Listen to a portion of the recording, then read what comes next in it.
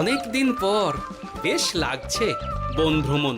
মাঝে মাঝে কাজের ফাঁকে এইসব জায়গায় এলে মন খুব ভালো লাগে। শুদ্ধ বাতাস, মাটির সোনা গন্ধ, পাখির কলতান, আহা।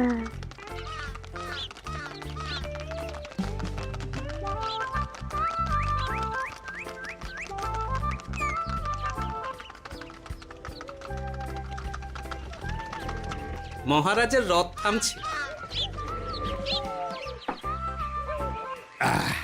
আমরা এইখানে বসে আজ রাজকার্য পরিচালনা করব।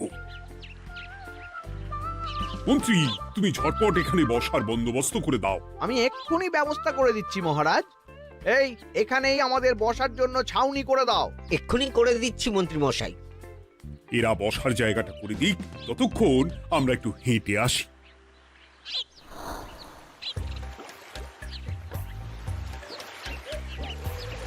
সকালবেলা হাঁটা শরীরের পক্ষে খুব ভালো মহারাজ।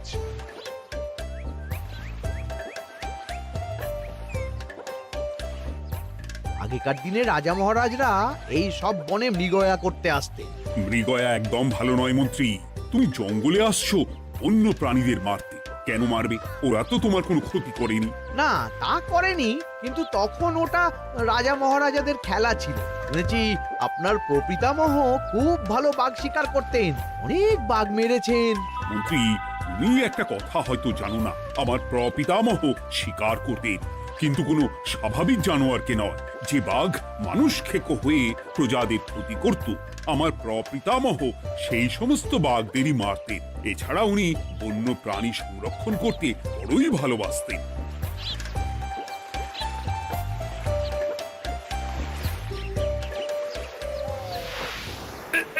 উফ, এটা আবার কি? এই এটা আবার কোথা থেকে উড়ে এলো? কোথাও তো ঝড় হাওয়া কিছুই নেই।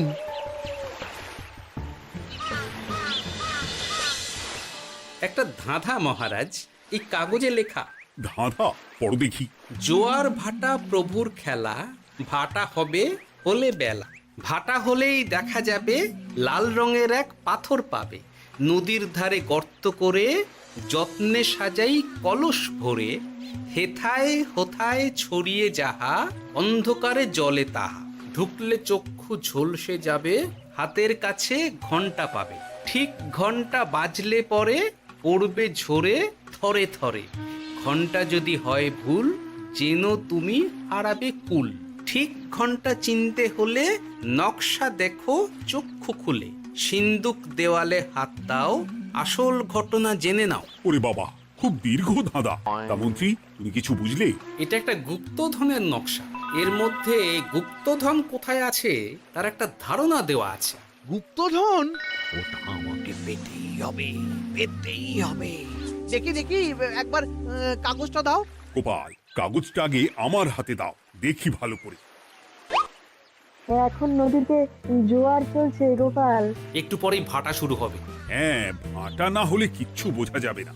এখানে স্পষ্ট লেখা আছে, ভাটা হলেই দেখা যাবে লাল রঙের এক পাথর পাবে। তার মানে আমাদের ভাটা হওয়া পর্যন্ত অপেক্ষা করতে হবে। না, সময় নষ্ট না করে ধাঁধাটার সমাধান করতে শুরু করি। ভাটা হলে একটা লাল রঙের পাথর দেখা যাবে, এই পর্যন্ত পরিষ্কার আছে। বুঝতে হবে ওর পর থেকে। পড়ো গোপাল, চলো আমরা সবাই বুদ্ধি লাগাই। নদীর ধারে গর্ত করে যত্নে সাজাই কলস ভরে। এটার অর্থ, ধাঁধাটা মাথায় বসিয়ে নিয়েছি, এবার কে কি বলবে সেটা শুনতে হবে। চলো গোপাল, আমরা ধাঁধা যেমন যেমন বলেছি তেমন তেমন ভাবেই চলি। চলুন মহারাজ, এখন আমাদের দেখতে হবে লাল পাথর। কোথায় আছে লাল পাথর? চলো চলো সবাই, চোখ কান খুলে আমরা নদীর পাড় ধরে হাঁটি। আমি একটু তফাতে হাঁটি। গুপ্তধন আমাকে একা পেতে হবে। ভাটা হলেই দেখা যাবে লাল রঙের এক পাথর পাবে। আমাকে চোখ কান খোলা রাখতে হবে। লাল পাথর, নদীর চড়ায় লাল পাথর দেখতে হবে। লাল পাথর, লাল পাথর। ওটা কি? এই তো লাল পাথর, লাল পাথর। ওরা অনেকটা এগিয়ে গেছে, ওদের আমার দিকে নজর নেই। এই সুযোগ, এই সুযোগ, একা একা গুপ্তধন নিয়ে পালাবো। আহ, এ- এ।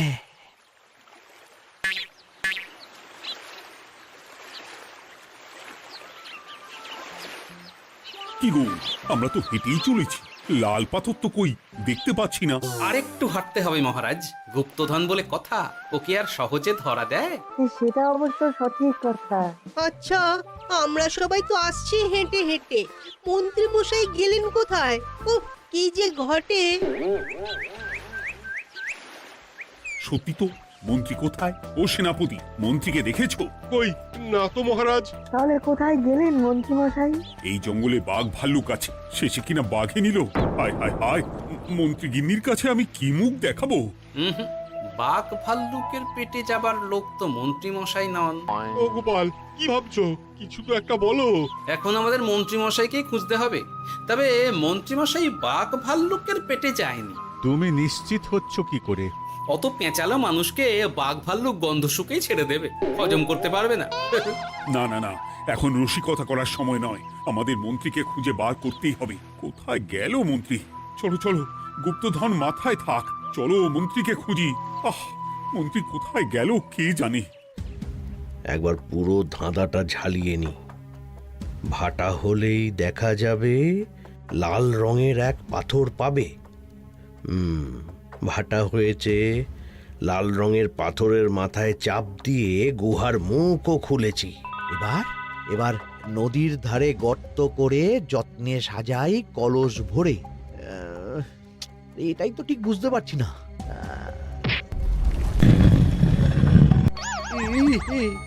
এই রে, এবার কি হবে? হ্যাঁ, মহারাজ, কোথাও একটা আওয়াজ হলো। এই, আওয়াজটা কোন দিক থেকে হলো?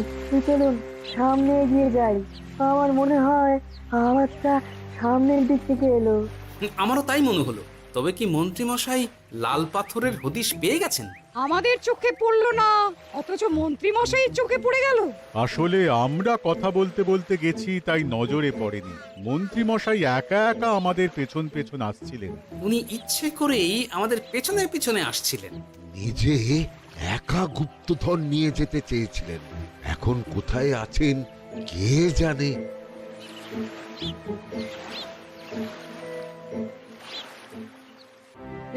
অন্ধকারে কিছু দেখতে পাচ্ছি না তো। ধাঁধাতে কি ছিল? হ্যাঁ, কি ছিল? হেথায় হোথায় ছড়িয়ে যাহা, অন্ধকারে জলে তাহা, ঢুকলে চক্ষু ঝলসে যাবে, হাতের কাছে ঘন্টা পাবে। পেয়েছি পেয়েছি, ঘন্টা ঘন্টা ঘন্টাটা পেতে হবে। ঘন্টাটা ঘন্টাটা ঘন্টা। ভাটা হলেই দেখা যাবে লাল রঙের এক পাথর পাবে, নদীর ধারে গর্ত করে যত্নে সাজাই কলস ভরে, হেথায় হোথায় ছড়িয়ে যাহা, অন্ধকারে জলে তাহা, ঢুকলে চক্ষু ঝলসে যাবে, হাতের কাছে ঘন্টা পাবে। ঠিক ঘন্টা বাজলে পরে পড়বে ঝরে থরে থরে, ঘন্টা যদি হয় ভুল যেন তুমি হারাবে কুল। ঠিক ঘন্টা চিনতে হলে নকশা দেখো চক্ষু খুলে, সিন্দুক দেওয়ালে হাত দাও, আসল ঘটনা জেনে না। এবারে ভালো করে ঠান্ডা মাথায় ভাবতে হবে। ভাটা হলেই দেখা যাবে লাল রঙের এক পাথর পাবে। সেই লাল পাথরটাই তো খুঁজে পাওয়া যাচ্ছে না, অথচ মন্ত্রী মশাই খুঁজে পেলেন। আওয়াজটা কোথা থেকে আসছিল? এই কাছে পিঠে এই কোথা থেকে আওয়াজটা আসছিল।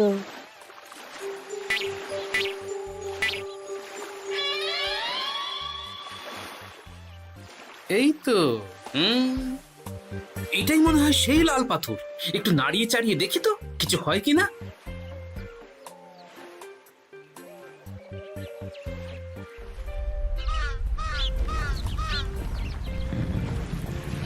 এই তো, কাজ হয়েছে।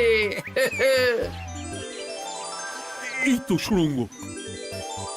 আপনারা নিচে নামুন। আপনারা কি দেখছেন সেটা বলবেন মহারাজ। সবাই যদি নেমে যাই, যদি কোনো কারণে সুড়ঙ্গের মুখ বন্ধ হয়ে যায়, তাহলে আর আমরা বাইরে বেরোতে পারবো না মহারাজ। গোপাল ঠিকই বলেছে, আমরা দুজন বাইরে থাকি। মহারাজ আর একটা কথা, কোনো ঘন্টায় হাত দেবেন না, মনে আছে তো? ঘন্টা যদি হয় ভুল, যেন তুমি হারাবে কুল। ওরে বাবা, এই বয়সে আর কুল হারাতে চাই না। ঠিক আছে, তোমার কথাই অক্ষরে অক্ষরে পালন করব। দেখি এই সুরঙ্গে মন্ত্রীমশাইকে দেখতে পাই কিনা। চলুন মহারাজ, সুরঙ্গে নামি। সবাই সাবধানে নামো।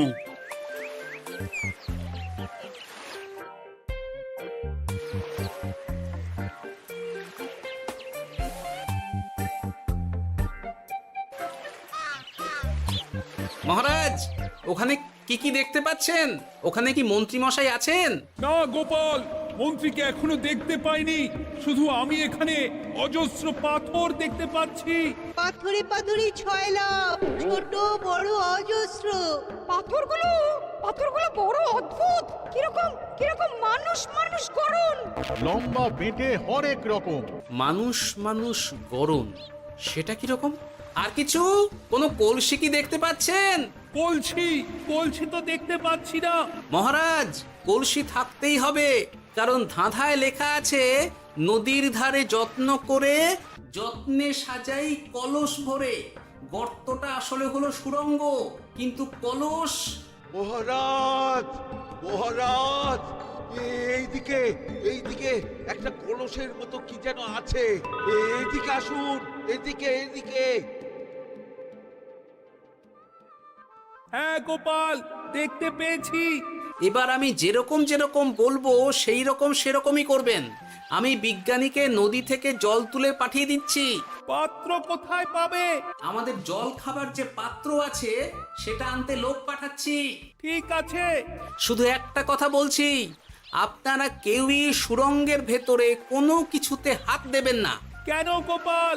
সব পরে বলবো, এখন আমি যা বলছি সেটা শুধু মনে রাখুন। সুড়ঙ্গের ভেতরে কিছুতে হাত দেবেন না। ঠিক আছে। প্রহরী, তুমি যাও, যেখানে আমাদের বসবার আয়োজন করা হয়েছে সেখানে গিয়ে একটা জলের পাত্র নিয়ে নদী থেকে জল ভরে নিয়ে এসো। গোপাল, মন্ত্রীমশাই কোথায় গায়েব হয়ে গেলেন? কোথাও গায়েব হয়ে যাননি বিজ্ঞানী, কোথাও গায়েব হয়ে যাননি উনি। উনি ওই সুড়ঙ্গের ভেতরেই আছেন। কিন্তু কেউ তো ওনাকে দেখতে পাননি। সম্ভবত পাথর হয়ে আছে। এখন কিভাবে পাথর হয়েছেন সেটা তো আমি বলতে পারবো না। সবটাই স্বপ্নের মতো লাগছে। ঠিক যেন স্বপ্নের মতো লাগছে। এই জীবনে সুরঙ্গ দর্শন হয়ে গেল। আমাদের পাতাল প্রবেশ। পাতালে আসিয়া আমি মনে মনে বলি, গুপ্তধন নিয়ে আমরা যেন সৎ পথে চলি। তোমার এখনো কাব্য আসছে সভাকবি? আসছে মানে কাব্যের সাথে আছে রোমাঞ্চ, করছে গা শীত, হচ্ছি আমি অধীর। মহারাজ, জল দিয়ে বিজ্ঞানীকে পাঠাচ্ছি। কি করতে হবে বিজ্ঞানীকে সব বলে দিয়েছি। তুমি ভেতরে আসবে না? আসবো ঠিক সময়ে। এখন আমি যেমন যেমন বলবো আপনি ঠিক তেমন তেমন করবেন। ঠিক আছে। বিজ্ঞানী, যেমন যেমন বললাম ঠিক তেমন তেমন ভাবে কলসিকে জল দিয়ে পরিষ্কার করবে। মনে রেখো, ধাঁধায় আছে কলসি সাজাই যতন কর। তুমি একটা কথা মনে রেখো বিজ্ঞানী, কোথাও হাত দিও না কিন্তু। ঠিক আছে গোপাল, তোমার উপস্থিত বুদ্ধির তুলনা নেই। আমি যাচ্ছি গোপাল।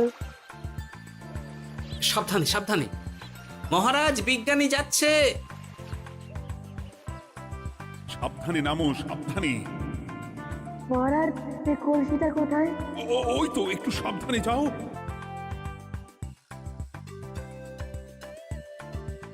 বিজ্ঞানী, কলসির দেখা পেয়েছো? পেয়েছি পেয়েছি পেয়েছি। এবারে কলসিটাকে ভালো করে জল দিয়ে ধুয়ে দাও। কলসির আলোয় সুড়ঙ্গ আলোকিত গোপাল। এরপর কি? ভালো করে দেখুন মহারাজ, কোথাও ঘন্টা দেখতে পাচ্ছেন কিনা। ঘন্টা? একটা তো নয়, সার সার ঘন্টা, অনেকগুলো ঘন্টা। সাবধান, ঘন্টায় হাত দেবেন না, শুধু দেখুন।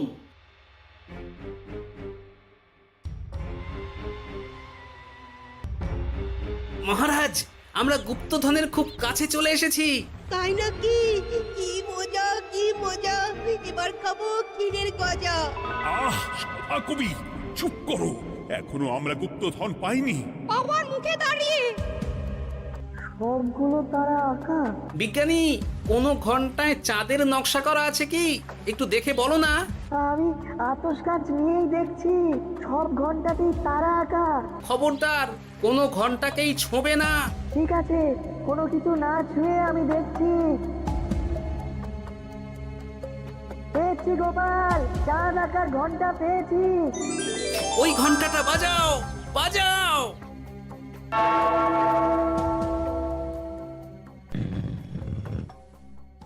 গুপ্তধন পেয়েছেন মহারাজ? বাঁচাও, বাঁচাও, বাঁচাও।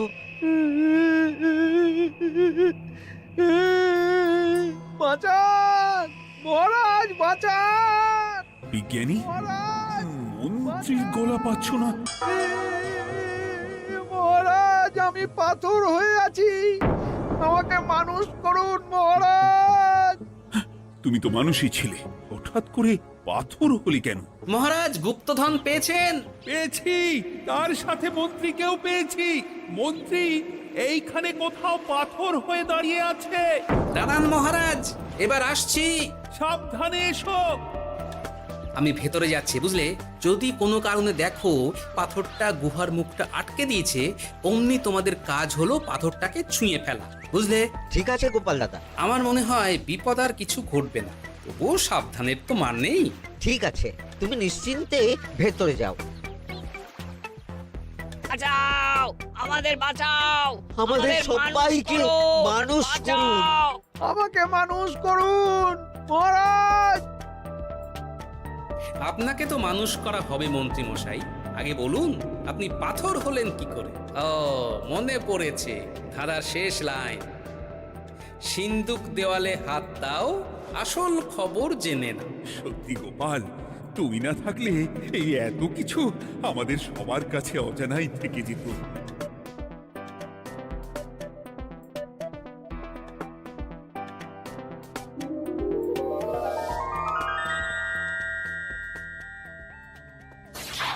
ধন্যবাদ আমাকে মুক্ত করার জন্য। আপনি কে? আমি যক্ষ। আমাকে এই ধন সম্পত্তি পাহারা দেওয়ার জন্য এক ডাকাত দলের সর্দার যক্ষ করে রেখেছিল। আমি 100 বছর ধরে এইখানে যক্ষ হয়ে আছি। আমি তোমার জন্য মুক্ত হলাম গোপাল। এই সম্পত্তি তোমার গোপাল। সম্পত্তি নিয়ে আমি কি করব? আমি এই সব সম্পত্তি মহারাজকে দান করলাম, রাজ্যের অনেক কাজ হবে এতে। তুমি ধন্য গোপাল, তুমি ধন্য। এবার আমার যাবার সময় এসেছে, আমাকে যেতে হবে। যাবার আগে এই পাথরগুলোকে মানুষ করে যান।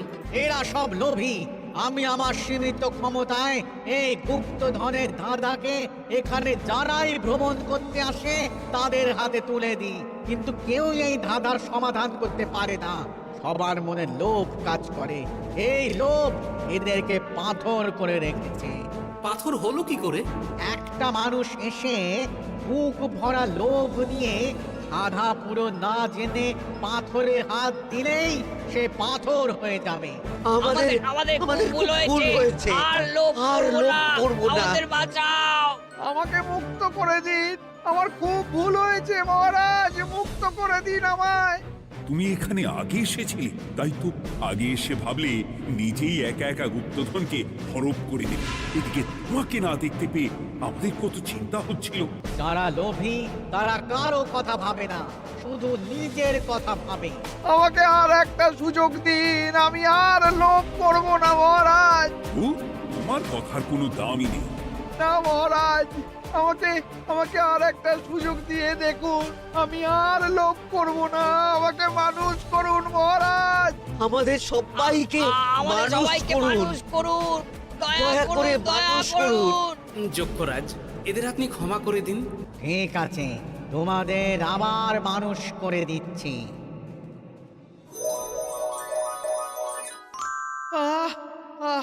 বাঁচলাম, বাঁচলাম। এই রকম বারবার বাঁচা যাবে না, কিন্তু এবার সাপ ব্যাং যাই হবে না কেন ওইভাবেই থাকতে হবে, এই আমি বলে দিলাম। এবার আমার মুক্তি। মুক্তি নেবার আগে আরেকটা প্রশ্ন, যে ডাকাত সর্দার তার সম্পত্তিকে রাখার জন্য আপনাকে যক্ষ বানিয়েছিল, এই সম্পত্তি তো তাদের, আমরা তো নিতে পারি না। লোভ বড় খারাপ গোপাল, অতিরিক্ত লোভ মানুষকে পশু করে দেয়। ওই ডাকাত দল এই সম্পত্তির জন্য সবাই কাটাকাটি করে মরে গেছে, কেউ আর বেঁচে নেই। সুতরাং এই সম্পত্তিতে তোমার অধিকার আছে। এই সম্পত্তি তুমি গ্রহণ করো। নিলাম আমি, কিন্তু এই সম্পত্তি মহারাজকে আমি দান করলাম। ডাকাত দল জনগণের সম্পদকে লুঠেই তো সম্পত্তি বানিয়েছে, তাই আমি জনগণের কাজে লাগবার জন্যই এই সম্পত্তি মহারাজকে দিলাম। গোপাল, তোমার জয় হোক।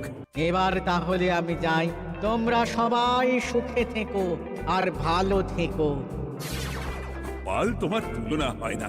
তোমার ঋণ আমি কোনোদিন শোধ করতে পারবো না। তুমি কৃষ্ণনগরের জন্য যা করলে তা ইতিহাসে লেখা থাকবে। না মহারাজ, আমি এমন কিছু করিনি, এই কাজ সবাই করবে। জয় গোপালের জয়, জয় গোপালের জয়, জয় কৃষ্ণনগরের জয়। জয় কৃষ্ণনগরের জয়।